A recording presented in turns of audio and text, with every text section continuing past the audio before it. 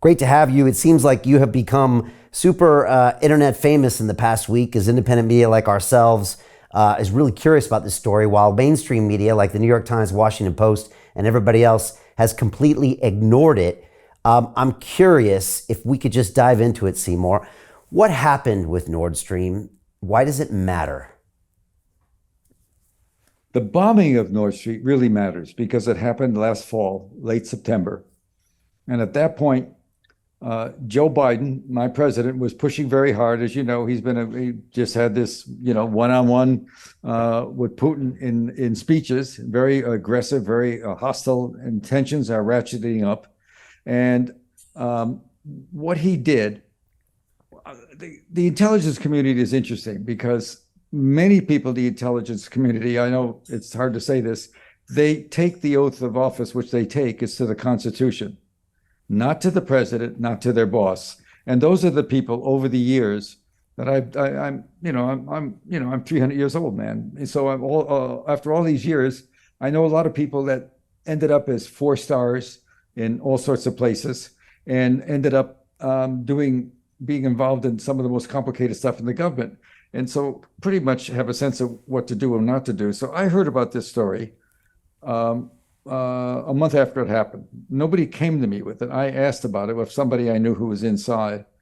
And so what it was is Biden wants to go to war, I think, in some unconscious way with Putin. He wants to mix it up with the Russians. I don't know why, but one thing I can tell you about presidents, they have noted that the presidents like Lincoln and Roosevelt who win wars become famous presidents, great presidents. So they always have that itch.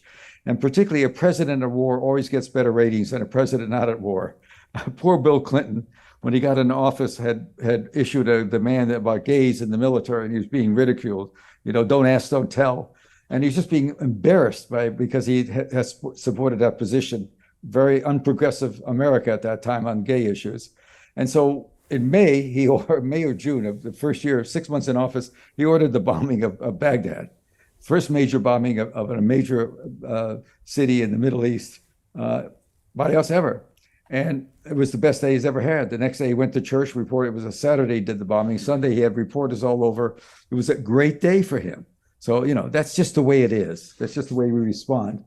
And so I'm just giving you sort of the heuristic approach. I don't know what really was in his mind. I have a guess, but about late in Christmas of 2021, before that, in December, it definitely looked like Putin was going to go to war. He'd had it with the Ukrainians. He thinks they're sort of sub-level anyway. Some people might remember from the history books in the early 1930s, Russia let 22 million people starve in the Ukraine. Just took all the grain from them and they just died. They've always treated it as a subculture. And we've never really been big fans of Ukraine, NATO in particular, because of the corruption there. My name is Jim Rickards. I'm a former advisor to the CIA, Department of Defense, and the White House. In a moment, you'll have my own evidence that very few people have seen. You'll see how I believe 2 acts of democratic stupidity are about to combine into a storm that will change America forever. The American energy Armageddon. In fact, due to specific circumstances created by the Armageddon, it's possible you could now win big while others lose. You see, there's a universal truth. In times of crisis, money moves. During the coming energy Armageddon, most Americans will face new hardships, but not all. A few will win and win big. You're about to see how the energy Armageddon could create a one-time opportunity to secure new substantial wealth. If you want in, keep watching. Right now, today, America is running out of gas, diesel, and oil. Our national fuel reserves are down 50% or more from where they should be. It's so urgent, major suppliers are calling it a code red emergency. We don't have the refining capacity to catch up, and we're shipping most of what we have to Europe to bail them out of Calamity Joe's Nordstream crisis. We're now facing catastrophic fuel shortages I predict will collapse our nation's energy grid. When it happens, every citizen will see firsthand the Dems' obsession with green energy is a scam. In fact, I'm going to show you my evidence that outs them as shameless hypocrites. That's not all. I predict this storm will bring about a new social order to our country. Many who are now rich will find their accounts drained, and those who are poor will turn to desperate measures to survive. I'm talking about civil unrest. a massive crime wave, and violence in our streets. Most will suffer under Biden's energy Armageddon, but not everyone. Some good Americans will win. They'll take advantage of wealth-building opportunities created by the upheaval, which I'll reveal here today, to vastly improve their personal economic situation. And that's the most important thing I want to share with you. Now, if the idea of winning while others suffer makes you uncomfortable, no problem. Then this presentation is not for you. But the way I see it, our great nation was built during times of crisis when a few smart people recognized opportunity and seized it. If you see the storm coming, if you know Calamity Joe and his ilk are steering us straight into it, and you want to not just survive, but thrive by using the crisis potentially to grow your personal wealth, then you're exactly who I want to reach today. Give me about 3 minutes of your time. I'm going to show you everything right now. Hey, do you want to profit from crypto? Then join my DeFi Academy. The Crypto DeFi Academy will help you create generational wealth. But don't take my word for it. Listen to my students. When I first got into crypto, I remember thinking to myself, I need to learn more. Brian Rose, learning crypto, learning DeFi, gotta do it.